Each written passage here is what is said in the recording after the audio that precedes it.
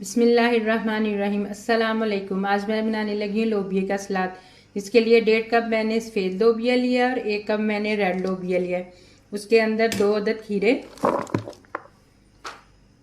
और 1 अदद गाजर, 1 छोटी शिमला मिर्च,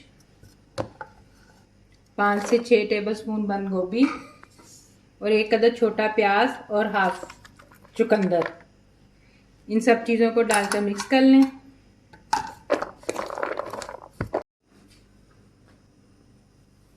अब मैं इसकी सॉस बनाने लगी, जिसके लिए मैंने आधा कप इमली और खजूर की चटनी ली है।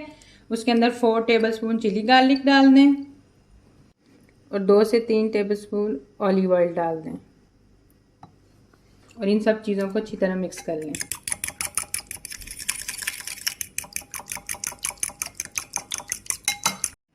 अब सलाद पर डालकर इसको मिक्स कर लें।